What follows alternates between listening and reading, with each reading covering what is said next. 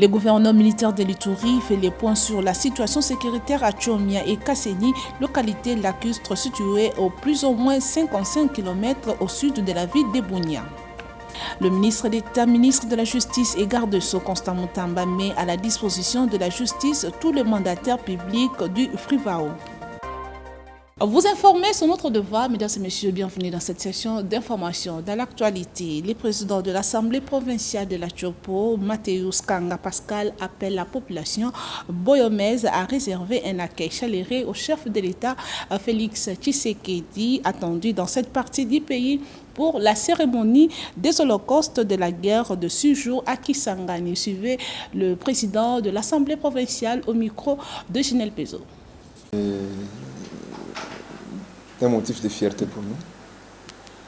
Vous savez que ça n'arrive pas tous les jours de recevoir le chef de l'État chez soi. Et quand nous avons appris cette nouvelle de l'arrivée du chef de l'État ici,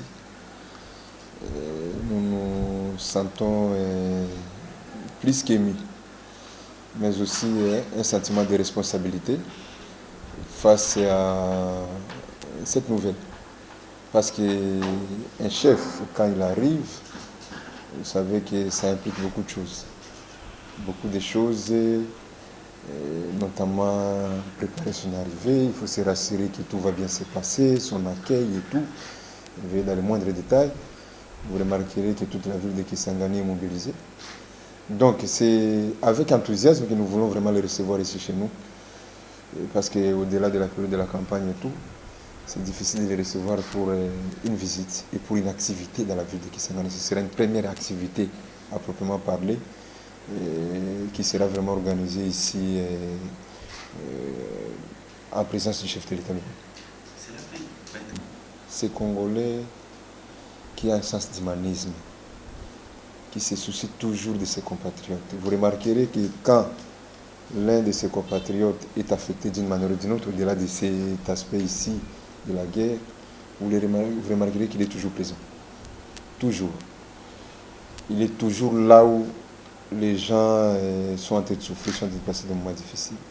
C'est qu'avec la ville de Kisangani, notamment en 1998, en 2000, 2001, 2002, c'est vraiment resté sous forme d'un choc pour cette population.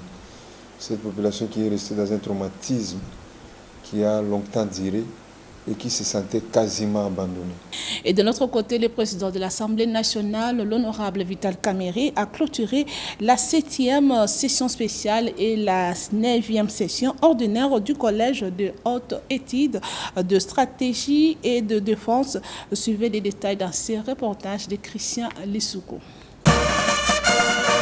La 7e session spéciale et la 9e session ordinaire du Collège des hautes études de stratégie et de défense se sont clôturées le mardi 30 juillet 2024 avec une cérémonie officielle de remise des brevets en présence de plusieurs personnalités politiques et militaires, dont le premier vice-président de l'Assemblée nationale, le professeur Jean-Claude Tshilumbai, le vice-premier ministre au ministre de la Défense nationale et ancien combattant Guy Mwanja Vita, le chef d'état-major général des FARDC, le lieutenant général Christian Chiwewe et les représentants de la CAC. Désigné parrain de la 7e session spéciale, le président de l'Assemblée nationale, le professeur Vital Kamerhe, a représenté personnellement le chef de l'État Félix Antoine Tshisekedi Tshilombo empêché, aux côtés de la première ministre Judith Suminwa Tuluka, marraine de la 9e session ordinaire. 203 lauréats civils ont reçu leur brevet des mains du président de l'Assemblée nationale pour ceux de la session spéciale et 36 lauréats militaires l'ont reçu des mains de la première ministre pour ceux de la session ordinaire. Le directeur général du CHESD, le général-major Moubiaï Mamba Augustin, a rappelé que l'objectif du CHESD est de donner à la RDC une autonomie en matière de stratégie et défense tout en offrant une expertise de taille lors des réformes en matière de sécurité et de défense. Honorable président de l'Assemblée nationale, je voudrais exprimer ma grande fierté et ma gratitude en votre personne pour avoir accepté de parrainer la 7e session spéciale du CHESD, session désormais appelée Vital Kamerhe. Prenant la parole au nom du chef de l'État, Félix-Antoine Tshisekedi Tshilombo, le président de la Chambre basse du Parlement, le professeur Vital Kamerhe, a salué la bravoure des forces de défense de la RDC qui défendent jour et nuit la République démocratique du Congo dans sa partie Est en proie à l'agression rwandaise. Le président de la Chambre basse du Parlement a insisté sur l'intérêt que porte le chef de l'État, commandant suprême des forces armées de la RDC, à la formation de l'élite congolaise à travers le Tchèsde. Le président de la République, comme vous le savez, tient beaucoup à l'outil de la défense. Et il est convaincu que le rôle que joue actuellement le Tchèsde en formant certains de nos officiers va contribuer positivement à la réforme de l'armée et de la police nationale. Évidemment, on ne peut pas dire un mot de clôture sans souligner la douleur que nous ressentons à ce moment, qui devrait être un moment de fête, où on est en train de former des grands stratèges militaires, mais malheureusement ou paradoxalement, le pays est occupé dans sa partie Est. Ces populations résilientes méritent tout notre respect, tout comme les forces de défense qui se battent pendant que nous vivons ici à Kinshasa méritent toutes nos félicitations. Il faut noter que le Collège des hautes études de stratégie et de défense a été créé en 2016 et transformé en établissement public en 2023. Il organise chaque année 2 sessions, dont une ordinaire consacrée uniquement au corps militaire et une autre spéciale ouverte aux personnalités civiles et politiques qui ont la vocation d'occuper les postes de direction. À côté de leurs collègues congolais, les autres participants viennent généralement de plusieurs pays membres de la CAC et de l'Europe. Changeons de chapitre à présent, profitant de sa mission à Kisangani, le vice-premier ministre de l'Intérieur a visité l'école de la police Kapalata spécialisée dans la formation initiale continue et spécialisée sur la mise en œuvre du planning de formation suivi de l'évaluation et stage, sans oublier la gestion didactique de policiers et de nouvelles recrues. Suivez ce reportage de Chanel Peso encore une fois. Profitant de sa mission, le VPM de l'Intérieur, Sécurité, Décentralisation et Affaires coutumières, Maître Jacques Chabani Louko, a visité l'école de la police Kapalata, spécialisée dans la formation initiale, continue et spécialisée sur la mise en œuvre du planning des formations, suivi de l'évaluation et stage, sans oublier la gestion didactique des policiers et des nouvelles recrues. Dans une visite guidée, le commissaire supérieur principal du centre, Bassio Romain, a fait l'état de lieu de l'évolution du centre de formation de 1957 à ce jour. Bien avant cette visite, le VPM a eu droit à une démonstration de self-défense et protection en cas de menace de l'autorité. Le VPM de l'Intérieur, Maître Jacques Chabani, a poursuivi sa visite à la société agro-pastorale Cap Congo. À bord d'un grand bac de l'Office des routes de Kisangani, l'infatigable Jacques Chabani prend la commande du bateau pendant 15 minutes flottant sur le fleuve Congo, direction la rive gauche du chef-lieu de la Tchopo. De là, Maître Jacques Chabani a parcouru 30 minutes de route pour arriver dans la commune de Lubunga, une commune de la province de la Tchopo qui a connu une guerre interethnique entre le Mbole et l'Angola depuis plus d'une année. Objectif, s'imprégner de la situation sécuritaire des habitants de ce coin de la République.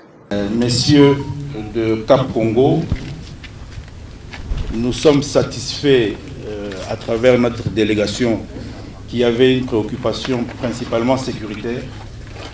Mais comme je l'ai dit à l'intention de mes compatriotes, nous estimons que les investissements sont aussi une solution pour amener la paix et la quiétude dans nos contrées.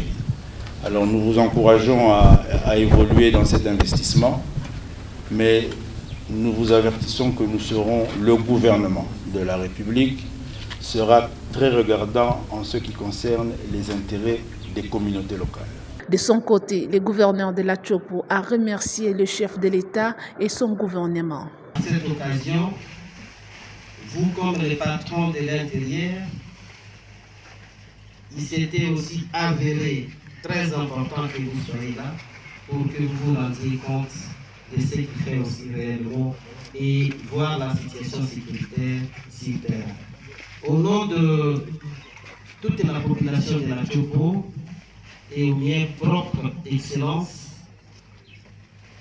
je vous présente mes remerciements d'avoir accepté d'arriver jusqu'ici.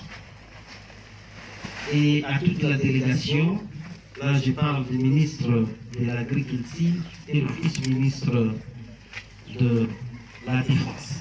Tout de suite après, Jacques Chabani a été convié à une visite guidée des Cap Congo d'une superficie estimée à 4000 hectares. Signalons que Maître Jacques Chabani était accompagné du ministre national de l'Agriculture, du vice-ministre de la Défense et du gouverneur de la Tchopo. D'un ministère à un autre, le ministre d'État, ministre de la Justice et garde-sceaux, Constant Mutamba, met à la disposition de la justice tous les mandataires publics des Frivao. Suivez les détails avec Clarisse Tibanda. Le mandataire public ayant dans leurs attributions la gestion de fonds pour l'indemnisation de victimes de guerre de Kisangani, Frivao, sont mis à la disposition de la justice. Pour cause, un présumé détournement du fonds payé par l'Ouganda est destiné à l'indemnisation de victimes de la guerre de Kisangani. Ainsi en a décidé le ministre d'État, ministre en charge de la justice et garde-sceaux, Constant Mutamba, en séjour à Kisangani de la province de la Tchopo, et c'est après examen de différents rapports financiers lui présentés par l'inspection générale de finances et audition des gestionnaires. Nous avons reçu le rapport de l'IGF que nous avions dépêché ici pour l'audit au lendemain de notre prise des fonctions comme ministre d'État, ministre de la Justice et garde des Sceaux, étant donné que nous sommes les ministères de tutelle de Frivao.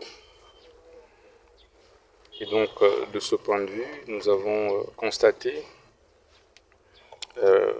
beaucoup d'écarts de chiffres entre ce qui a été réellement décaissé et le travail pour lequel ces décaissements ont été opérés.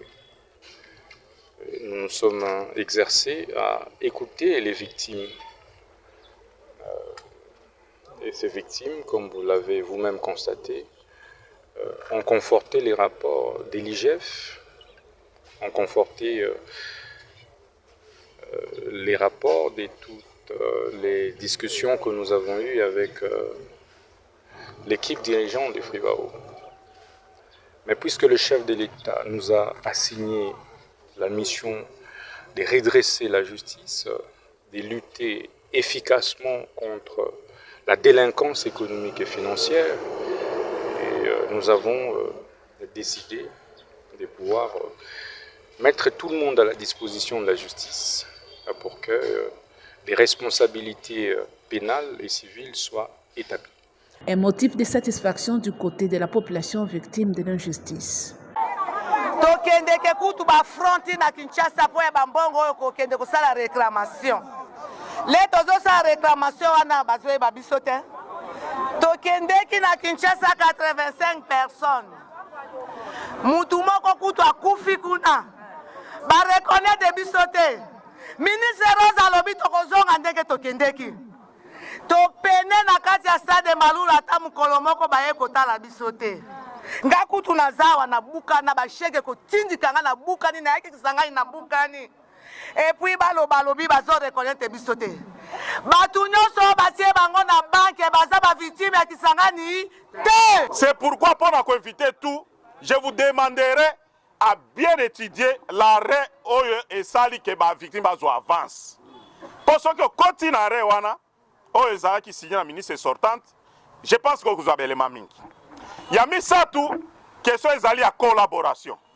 Moi je crois que ceux qui collaboration est à Kamalamo, belle tozana ba plainte était. Les conseils d'administration, bazo plaide pour la coordination. Coordination est à coopérer pour le conseil d'administration comme organe. Conseil d'administration est à coopérer pour le fonctionnement, pour le gouvernement. C'est très compliqué. Les membres de la coordination et aussi des conseils d'administration, balobelo clair. Le ministre d'État en charge de la justice a donné les directives de sa politique qui rentrent dans la droite ligne de la vision du chef de l'État, Félix Tshisekedi. Pour clôturer sa journée, Constant Mutamba étant dans sa fief, il a profité de faire une tournée dans quelques établissements d'enseignement pour échanger avec ses anciens encadreurs qui l'ont vu grandir.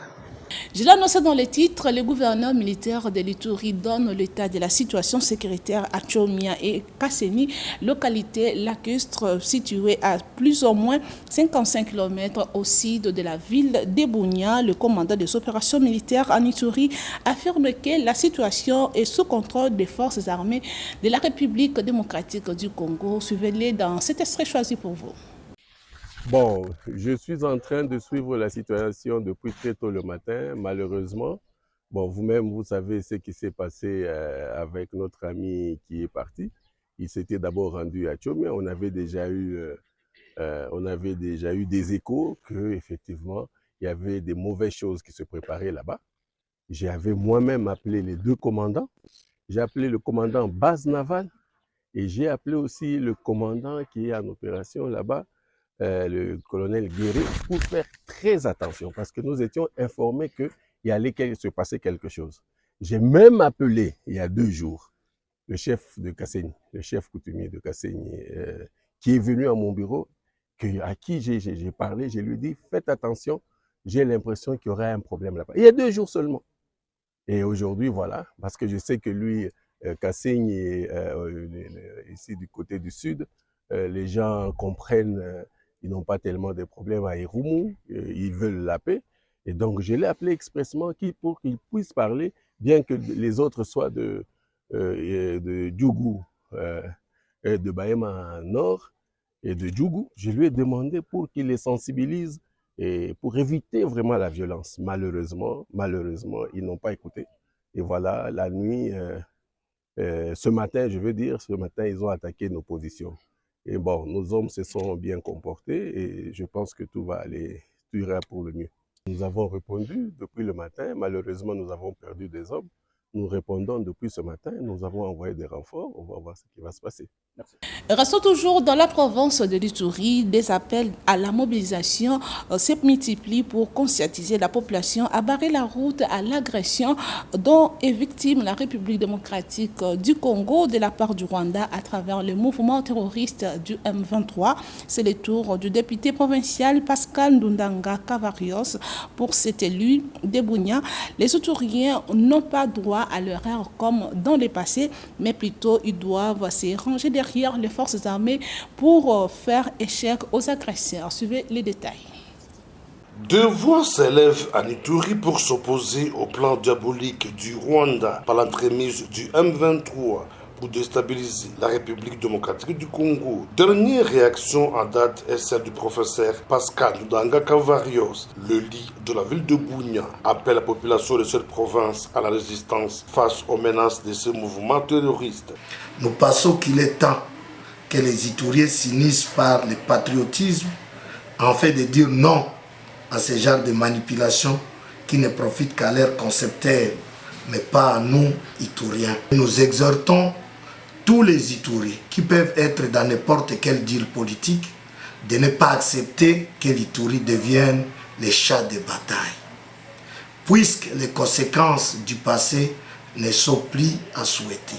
Pour lutter contre la persistance de groupes armés réfractaires au processus de paix, cet élu du peuple propose de pistes de solutions. Devant ces 2 menaces qui ne laissent pas calme l'esprit de la population et qui dispersent les forces de l'état de siège, la population voudrait sentir de la haute hiérarchie les manifestations de résistance à travers les renforts militaires, les dotations en équipement militaire comme chars de combat, les drones de détection et les moyens financiers comme prime aux soldats qui sont au front. Nous pensons que c'est seulement de cette manière qu'on peut empêcher la coalition entre les groupes armés et les forces soutenues par les agresseurs. Pendant cette période où notre pays est en alerte maximale pour déjouer l'entreprise des criminels du M23, l'administration militaire de l'Ituri multiplie des séances de conscientisation de la population via les radios locales et autres canaux de communication. Le sénateur Salomon Kalonda est choisi pour représenter l'ensemble pour la République au sein du bureau définitif de la Chambre haute du Parlement. Suivez les secrétaires généraux du parti Ensemble pour la République, Dieudonné Bolinguetengue, dans cet extrait choisi pour vous. Je devrais d'abord m'adresser aux cadres, aux membres, aux militants, aux sympathisants de Ensemble pour la République, pour leur dire qu'ils ont là l'opportunité de voir en image les trois personnalités élues au Sénat de la République pour le compte de Ensemble pour la République. L'honorable Christine Mwando, l'honorable Salomon Kalonda et l'honorable Nawej Norbert. Voilà, c'est eux qui sont nos sénateurs ensemble et qui nous représentent au Sénat.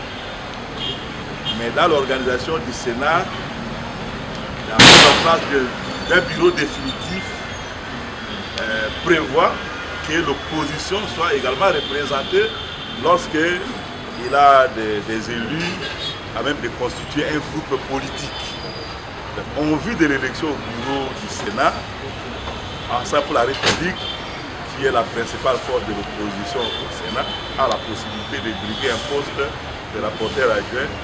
Et il était question d'obtenir que nos élus au Sénat se mettent d'accord sur une seule candidature. Et pour les aider aussi à se mettre d'accord, nous avons interrogé les instances du parti et les notabilités qui siègent dans les organes dirigeants du parti. Donc nous sommes ici pour vous dire que nous avons un candidat au poste de rapporteur adjoint au bureau du Sénat, l'honorable Salomon Kalonda ici à ma gauche. Et cette candidature est portée aussi bien par l'ensemble de nos élus au Sénat qui sont présents que par les partis. C'est une fois qu'ils se sont mis d'accord que nous aussi, au niveau du parti, nous avons dit qu'il n'y a plus d'obstacle à ce que la lettre d'investiture du candidat par le parti soit remise à l'honorable Kalonda et ces choses faites. À partir de maintenant, il leur appartient de se déployer auprès de leurs collègues sénateurs pour obtenir qu'au moment des élections, notre candidat réunisse suffisamment de suffrages pour nous représenter au bureau du Sénat. Et en attendant, j'appellerai vendredi une délégation pour accompagner l'honorable Kalonda au dépôt de sa candidature. Bouclons ce journal par cette information. L'avenue Colomba à Kingabwa, précisément dans les quartiers Isam, dans la commune de Limete, se trouve dans un état de délabrement très avancé, une situation qui dérange la circulation de la population de ce coin de la capitale. C'est le constat des stagiaires de l'IRKM.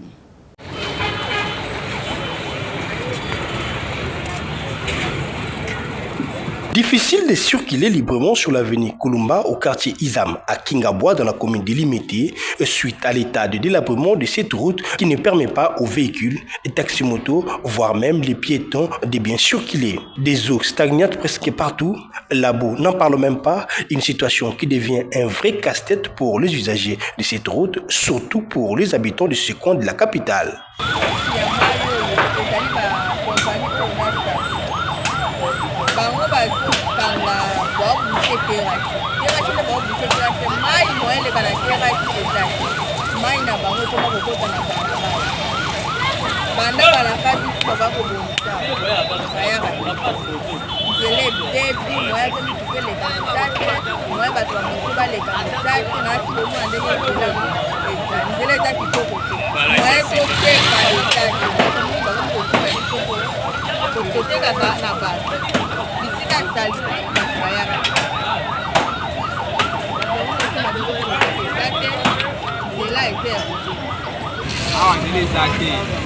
bakosaki biso badoyo baba bamisala nzela basaleka mwa parti moko kuna kotia wayawaya ya konuka kuna basipe donc bandako mwasi tolobi awa nzela eza te bamoto ezokweya bamisusu bakopona koleka mpasi baza makolo mpasi tina biso tokotali boye mai eza na nzela awa toza ndelaka kutu mai eza boye tala kutu chauffeur mosu ya moto autokweya awa tala Donc moyen eza te bango tozobanda gouvernement batika biso bato baobele vraiment batala biso nzela oyo transport wana bato bazomema banamema sensa ekomi kaka mifa po nzela eza mabe. Aux autorités ayant dans leurs attributions ce secteur de faire quelque chose avant l'arrivée de Madame la Pluie pour permettre aux usagers de cet axe routier de bien circuler. C'est la fin de ce journal, mais avant de nous quitter, place au rappel des principaux titres. Le gouverneur militaire de l'Ituri fait les points sur la situation sécuritaire à Tchomia et Kasseni, localité lacustre située au plus ou moins 55 km au sud de la ville de Bunia. Le ministre d'État, ministre de la Justice et garde-sceaux Constant Mutamba met à la disposition de la justice tous les mandataires publics du Frivao. Et voilà, c'était là le rappel des titres. Merci pour votre attention. Un grand merci à toute l'équipe. Je vous retrouve prochainement. Mais d'ici là, portez-vous bien. Au revoir.